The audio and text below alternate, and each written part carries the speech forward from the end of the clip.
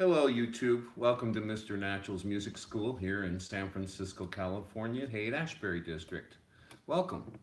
Well, today we're going to finish up what we've been talking about with the staff. First, I'd like to apologize for being 10 minutes late. Again, internet problems and people knocking on the door when, the minute you start to go live, that's when everybody wants to call you and come on by. It's good. The universe has some strange karma sometimes, it just gets in your way. So today what we're going to do is follow through on what we've been talking about the staff, and this week we're going to focus on sharps and flats. And what I'm going to do is I'm going to show you something that I never saw in school. Nobody ever explained this or taught this to me. You do not have to memorize the order of the sharps and flats. People do that all the time. And there are instances, for instance, when you read people like Bartók, where Bartók changed the way in which he put sharps and flats on the staff. But what he did is he followed a rule, a hidden rule that nobody seems to know about, which I'm going to try to point out today. But first, let's sum up what we've been talking about so far and what we mean by a fixed system. By a fixed system, we mean this. We know that the treble clef is actually the letter G. And we know that this backward E with lines on it is the C clef. And we know that this little thing here, if you bring the two dots over, makes the letter F. So this is the G clef, this is the F clef, and that is the C clef. And the clef itself is movable. Although people don't move it much anymore, it is movable. And you do have my permission, if you're writing out parts, to do just that. Why would we move the clef?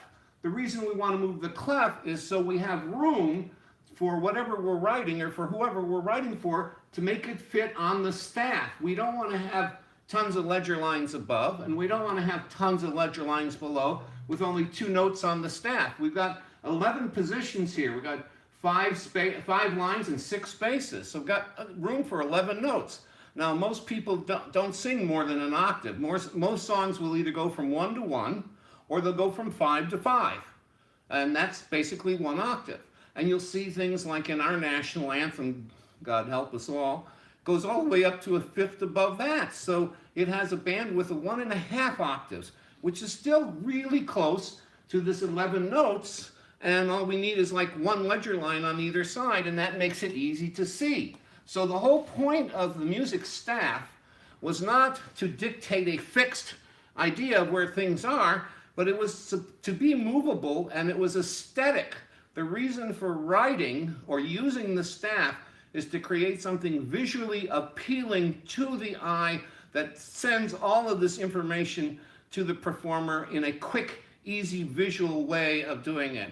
And so just like in math, where the 0 reference point can be moved around, and you have different types of graphs. You have pie graphs, you have line graphs, you have bar graphs, etc. The same thing holds here. So, but what is important here is when the G clef is put here on the bottom line of the staff, it is what we call the French violin. And the reason for that is they want to be able to notate things that go above the G, above C, up here into the staff. So this would be for, say, mezzo soprano. Then you'd have soprano or the alto, you'd have the tenor, you'd have for the baritones, and if you're writing for basses, you want to keep moving the staff up. So the staff is going to go up if we want to write lower. Why? Because this G represents this G on the piano. Here's middle C, which we call C4. It's the 4th octave of C on a standard piano. So this is G4, and G4 is in a fixed position and is a certain number of cycles per second, or what we call hertz today. The middle C is approximately 256 cycles per second, and then this is up there somewhere between 3 and now this A is 440 cycles per second, so this is somewhere in the high 300s cycles per second.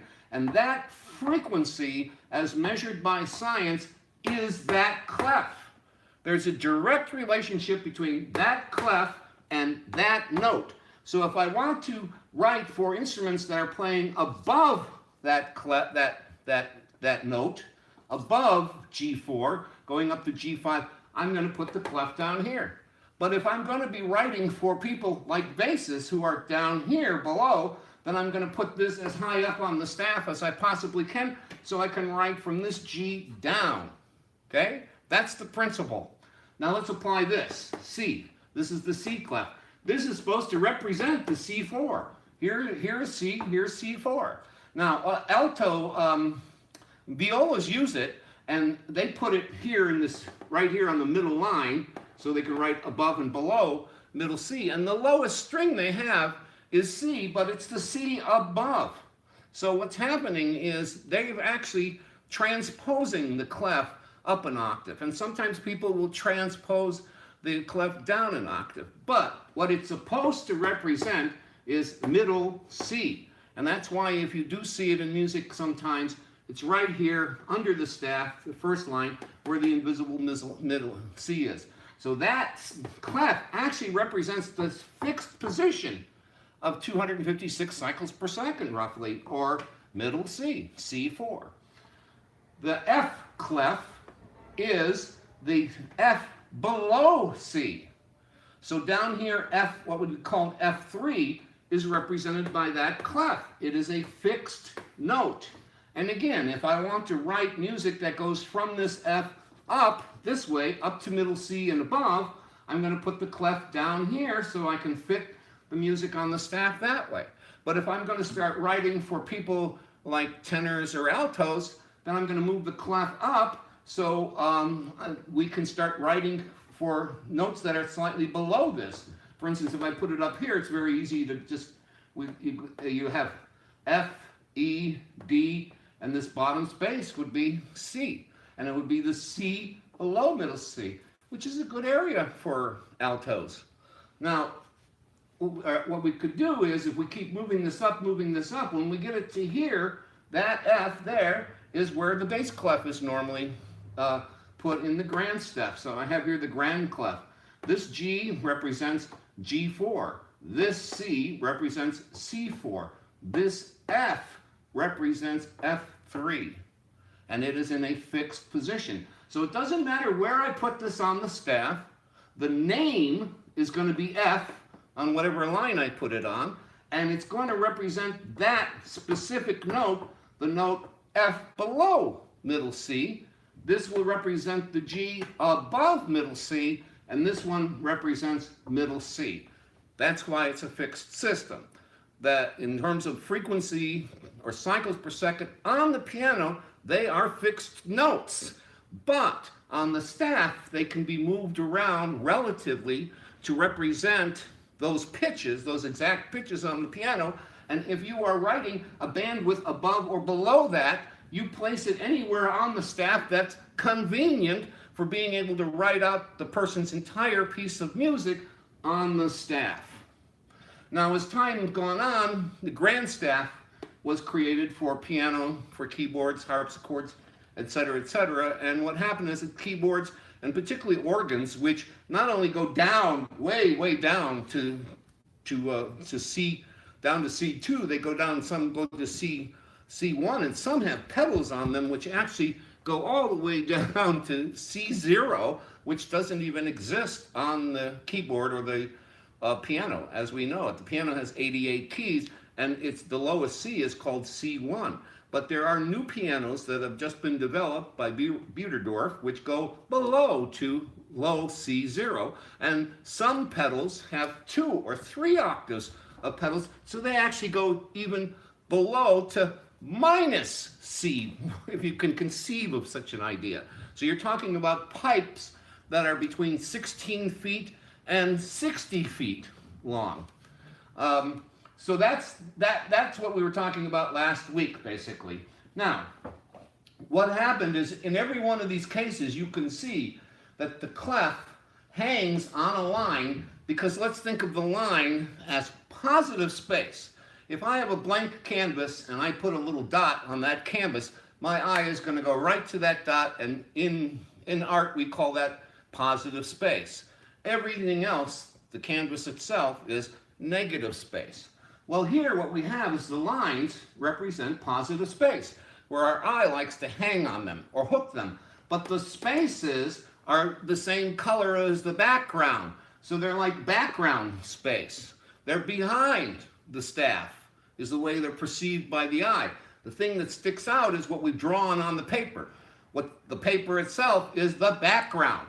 So we have no clefs at all that land on any of the spaces, and there's no way really of drawing these little bullseyes or targets in a reasonable way that would put them on the spaces. But that would give us only 6 of the 12 keys to be able to play with. So we want to play with more than that. What we're going to do is come up with some kind of a system in which we can shift or move that around. And what happened is somebody pulled out of their pocket. Remember, we talked about the B flat, what's called the flat, actually equaled the letter F in the old days. And then it got retired for a while, put away in a drawer, and the F clef, or bass clef, as we call it, took its place. So then we had a G clef, and we had an F clef, and there was an invisible C clef, which people use also for transposition, so they know where middle C is. And what happened is it went away, fell out of favor. And some smart guy said, now wait a minute. In the key of F, if I put the treble clef right here, and I call this G, that means that this space right here is the letter name F. And since in the key of F, there comes up a single flat, that single flat became the 4th step of that 1, 2, 3, 4, and they placed it right there. So placing a flat on that spot is telling us that 4 notes lower is where our X marks the spot, or where our 1 or where our do is at.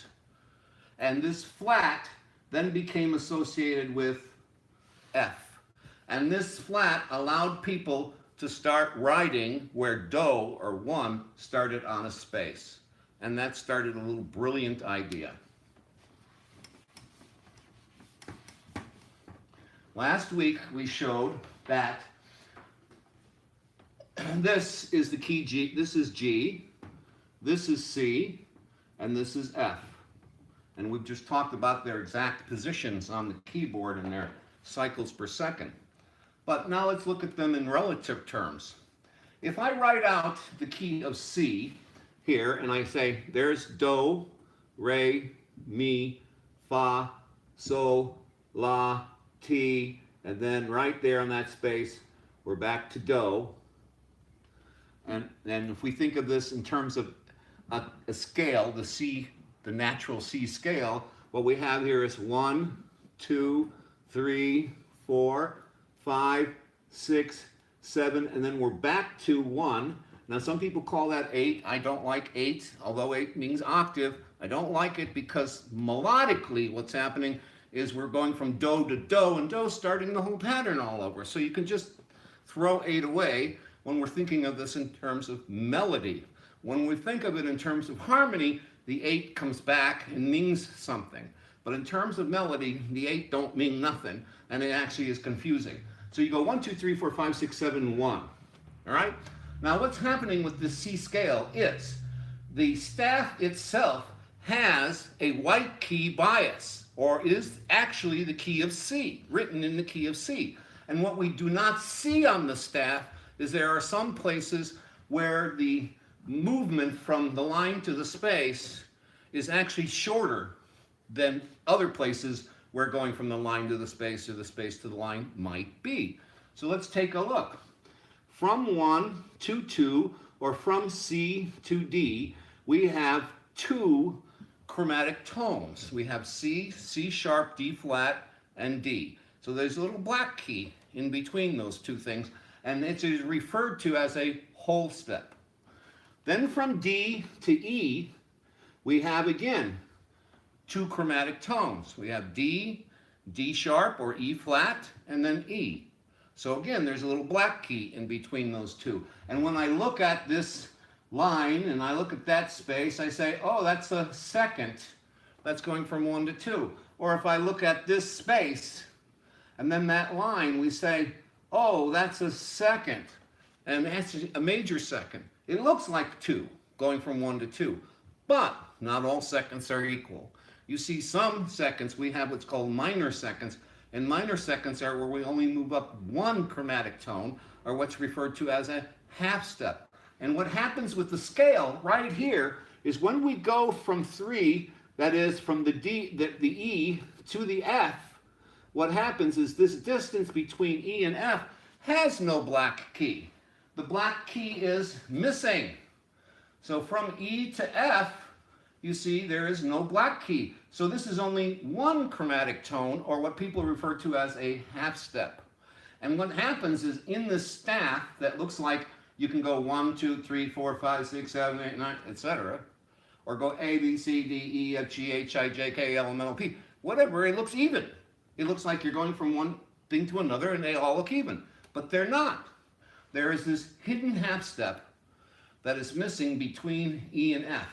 Now, if we go up further and we go from G, we go from F to G here, what we see is there's also a whole step or 2 chromatic tones, F sharp or G flat to G. And if we go from G to A, here we find out that right there is another 2 chromatic tones. We have a G sharp and we have an A flat and then the A. And if we go one more step from A to B, then what happens is, again, we have 2 chromatic tones going from A to A sharp, which almost nobody calls it or refers to it, and B flat, which is what everybody thinks of it as. Nobody refers to this note as A sharp because it creates a spelling problem, as you'll see later. But what happens is from B to C now, we have that, what they call a half step or a single chromatic tone. There's no black key in between. So that means that right there, going from this line to that space, it's actually a shorter distance than it would be everywhere else. And going from this E to that F, there is a shorter space than is visualized here. So there are 2 hidden spaces within the scale that are invisible to the eye looking at the staff that are normally shorter, or use what we call, instead of major seconds, the 7 notes are made of 5 major seconds, or 5 seconds that require 2 chromatic tones each. They have something in between. And then we have 2 positions in that scale in which they're only a half step or 1 chromatic tone. That has a name. Back about 2,000 years ago, the Greeks referred to that as a thing called a pyknon. Now, if you go to Wikipedia or someplace like that, or you get yourself a Harvard music dictionary and look up the word pyknon, the way they attempt to define this is something that looks the same as all the other intervals but has more intensity or more density. They refer to it as density. That half step there has the same quality or the same density or the same emotional feeling that you can get from going from C to D or going from D to E. Those things have 2 half steps or whole steps, 2 chromatic tones each, and they sound like you're going da, da, da, da. But when I go da, da, it feels the same as the others, but it isn't. It's shorter. It's a minor second in music. So what happens with the staff is this. We have, with the treble clef here, and with our bass clef here, and our invisible letter C right here, we have from C to the B below a space here from this line to that space that is only a half, 1 chromatic tone. It's a half step. And then if we move C, D, E to F, right here between this E and this F, again, is a pyknon, which is an area of greater density. So the half step represents the same sound quality as we would have where we're having the whole step. Excuse me. Swallowed my tongue. Now from F to G, that's a whole step again. From G to A, a whole step again. From A to B, a whole step again. But from B to C, we now have here, you see sitting on the line, another pyknon. Going from this line to that space is that half step that we cannot see. That's there normally in the default C. And going from this E to this F is a half step also. So the pyknons are in those locations. Now, you'll notice that here the pyknons are sitting on the line, going between the line and that space, the line and that space. If we continue, what's going to happen in the next octave is they're going to reverse and they're going to hang. So let's go down. Here we have C to B, and you'll see here's the pyknon now, our little half step, but it's hanging on the line. And if we keep going down, B, and then you have to learn to do the alphabet backwards. C, B, A, G, F, E. Oh, here's the F, E again. So from this F to this E, we have another pyknon that we can't see, that's invisible on the magic white key staff. And you'll see that it is hanging off of the line. If we continue down, E, D, C, B, oh, here we have the CB again, but this time, look, it's sitting on the line. But from the C to that B is a half step, or one chromatic tone, the pyknon. We continue down, we have the B, A, G, F, and then from here to the first ledger line, there we have another pyknon, and look, it's sitting on top of the ledger line. So from this F to this E is that half step again, or the pyknon. Now you'll notice that the pyknon is sitting on the line, like C to B. Yeah, so you see, we have two of them sitting, then the next two hang, then the next two sit. So let's say that that pattern continues. We keep going up, and right here we have E and F. And what happens is, right here, that's going to hang between the E and F. And if we keep going with ledger lines, going up, when we get to the C and the B, we're going to have it hanging again. So we have two pyknons hanging, two pyknons sitting, two pyknons hanging, two pyknons sitting, etc., etc., etc. Now you'll also notice something, that between this pyknon and that pyknon is a small space, and between this pyknon and that pyknon is a bigger space. And that is because there's a whole interval of a whole step in this part of the scale that isn't in that part of the scale. And so there's a pattern. People often, you'll see anywhere, they say, well, if we want to write the scale starting with 1 or do, what we do is we go up a whole step. Then from there, we go up another whole step.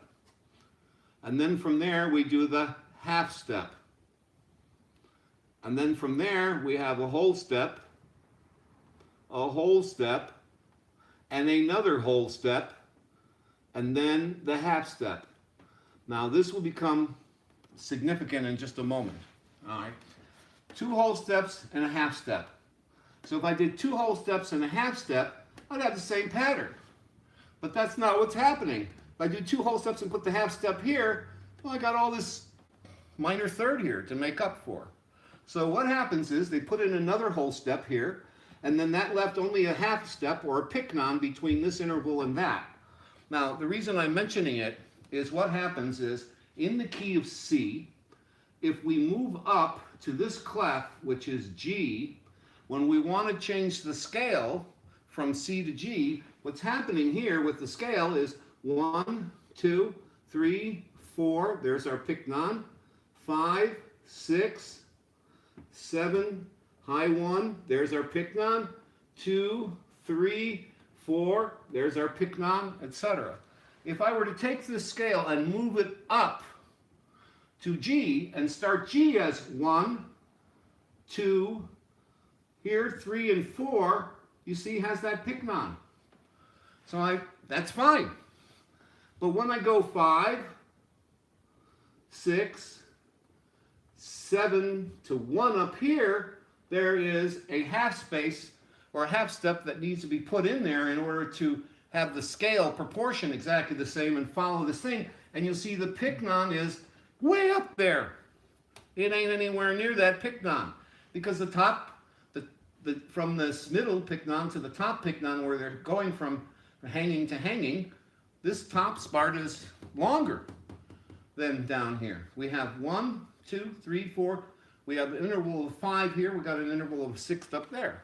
So what happens is when I'm transposing, I'm going to wind up with from 7 to 1, a whole step there.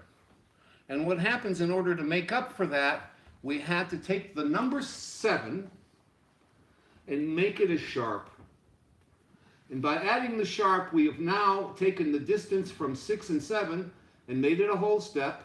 And now the distance between 7 and 1 is the half step that we're looking for to preserve the scale pattern to produce the major scale. And in order to do that, to move the scale up a fifth to G, I had to add a sharp on the number 7 because of the position of the pyknons in order to preserve this ratio, this mathematical ratio.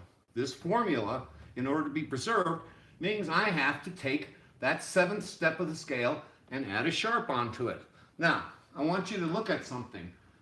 We are going what? From the C, which is our big world reference, up to G, we're going up a fifth.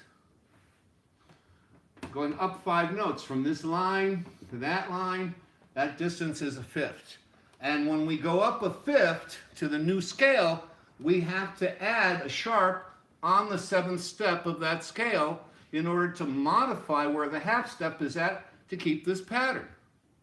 So hence, the first sharp that occurs in the key of G is this top line here, which happens to be F.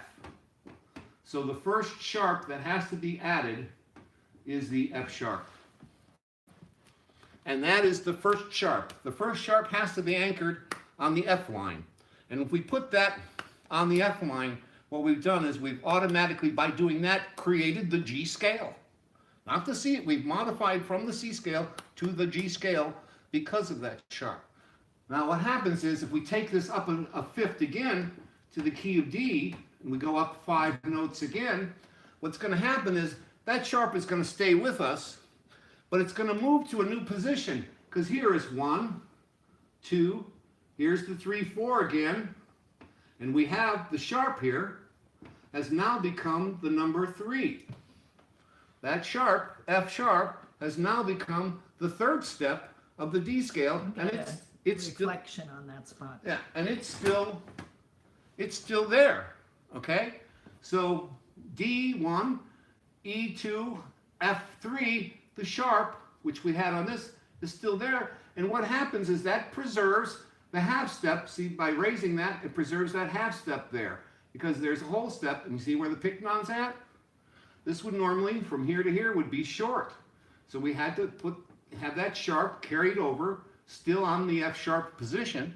And then as we move up, 3, 4, 5, 6, and we go 7, 1. Now what happens when we go from C to D, the C is the 7th step of the D scale, and it needs to be sharped because of this pyknon here. That pyknon made the distance between 6 and 7 short. So we raised the 7 up in order to push it closer to the D, and we had a half step between the D and the sharp, the 7 sharp. So now what happened is the key of D is going to have 2 sharps. The 3 is going to be a sharp, and the 7 is going to be sharp, and the rightmost sharp is always going to be the number 7. Now we continue this, and you'll see what we're doing is we're going up 5, up 5, up 5, up 5. If we go from D up to A, again we have to add another sharp, so we're going to wind up with 3 sharps. And what happens is that sharp is C sharp, so it's right here. And the other sharp that comes in is going to wind up being G sharp, which we could draw like that if we want. And now the board is getting messy. So let me wipe this out. Now, we're going to learn another new concept called inversion. If I take this note G and this note D, and then I go from D up to G again, from here to there is 5 notes, but from here to there is only 4 notes. So the distance from D up to G is a 4th, but from D down to G is a 5th. So a 4th, we say a 4th is a 5th upside down or inverted. And if we were to use this method of starting with putting an F sharp here, then go up 5, we'd be into ledger lines. So what they do is instead of going up 5, they reverse that and they go down 4. So we go 1, 2, 3, 4.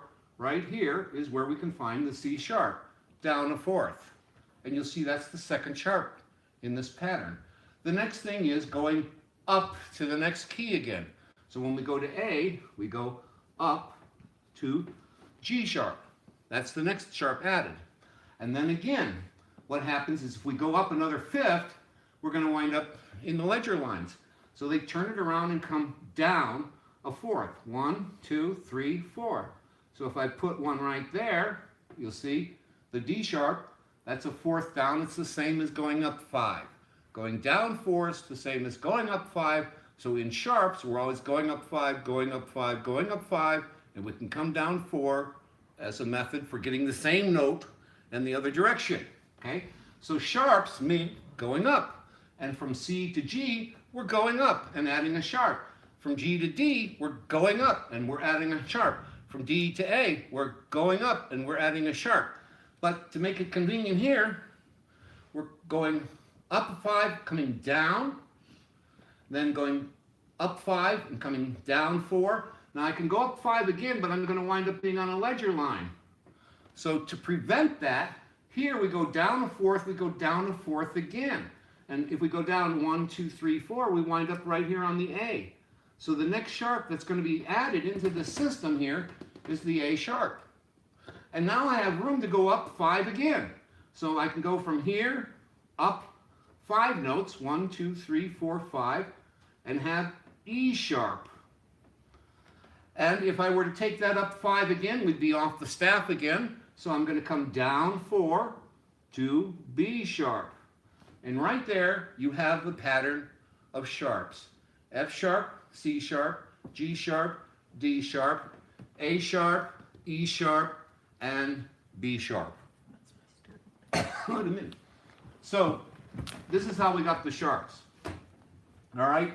Now, what happened is a guy by the name of Bela Bartok, when he wrote, he didn't like the F up there. So in his music, he put the F down here.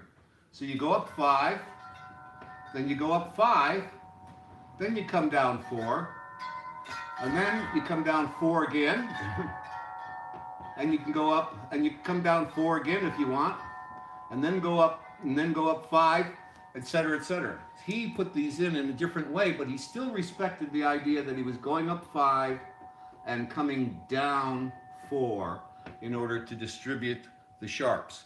And if I wanted to move this G to another location, my F sharp will be somewhere else.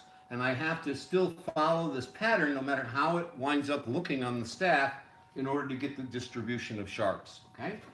Now, the same thing happens with the flats, except in reverse.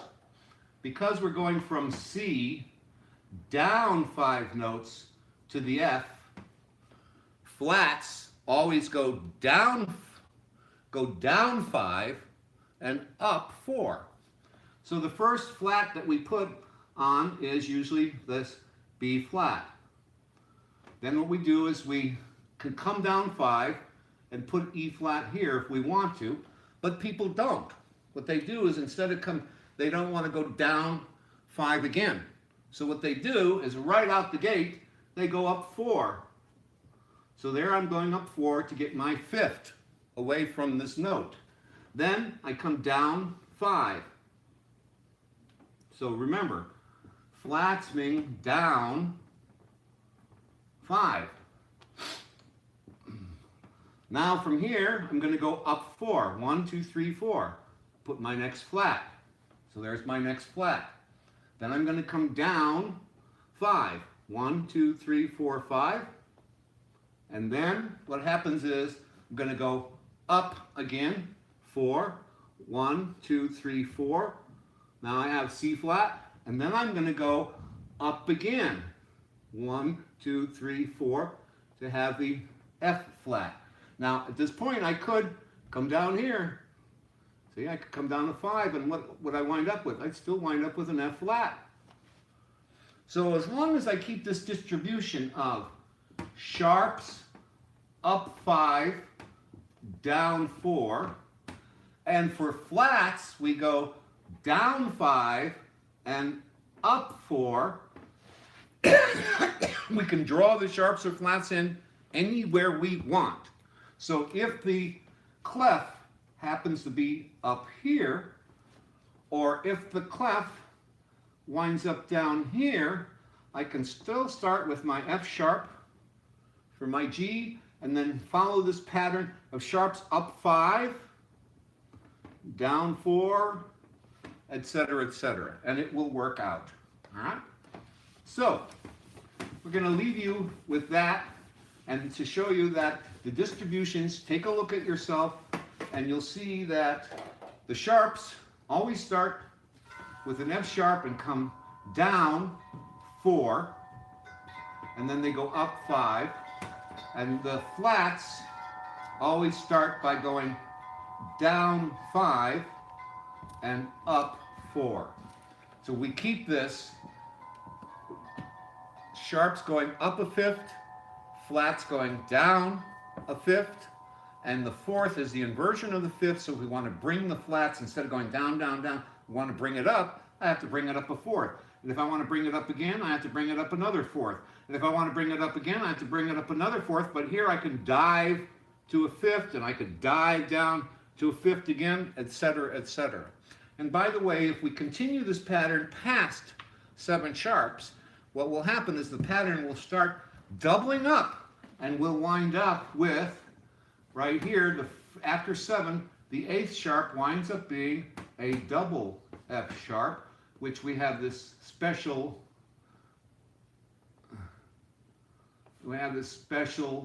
most people draw it this way.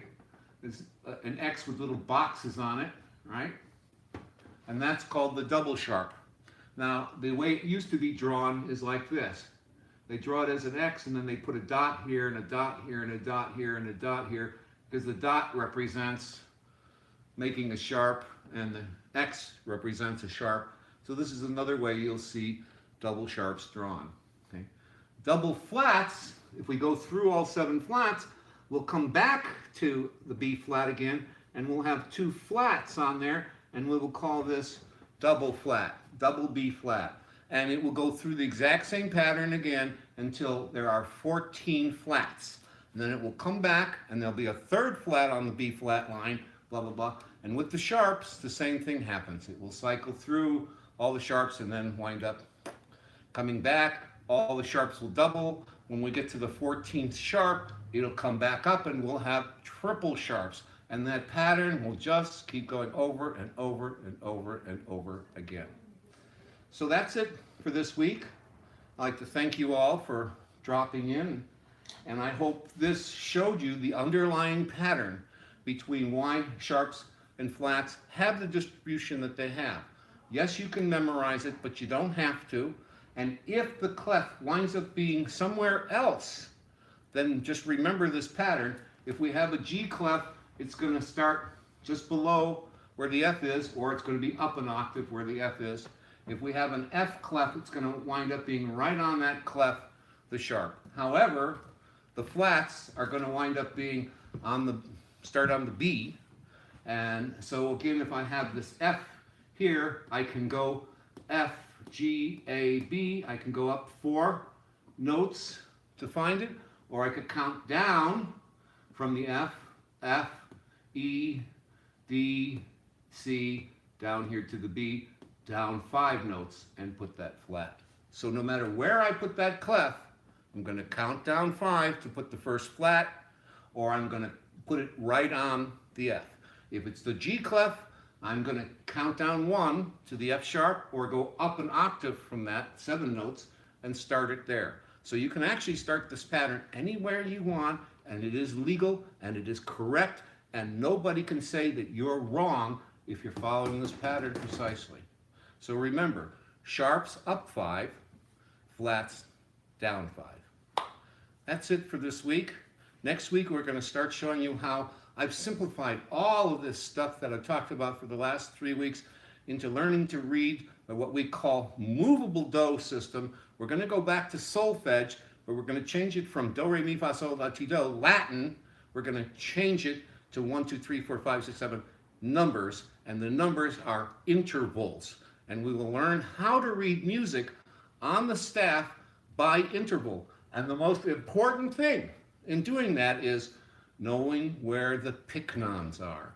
Remember, the paper itself, the staff itself, is the white key of C. That's the bias. And those pyknons are hidden, so you have to know where they are. And if you're going to read by interval, that becomes crucial. See you next time.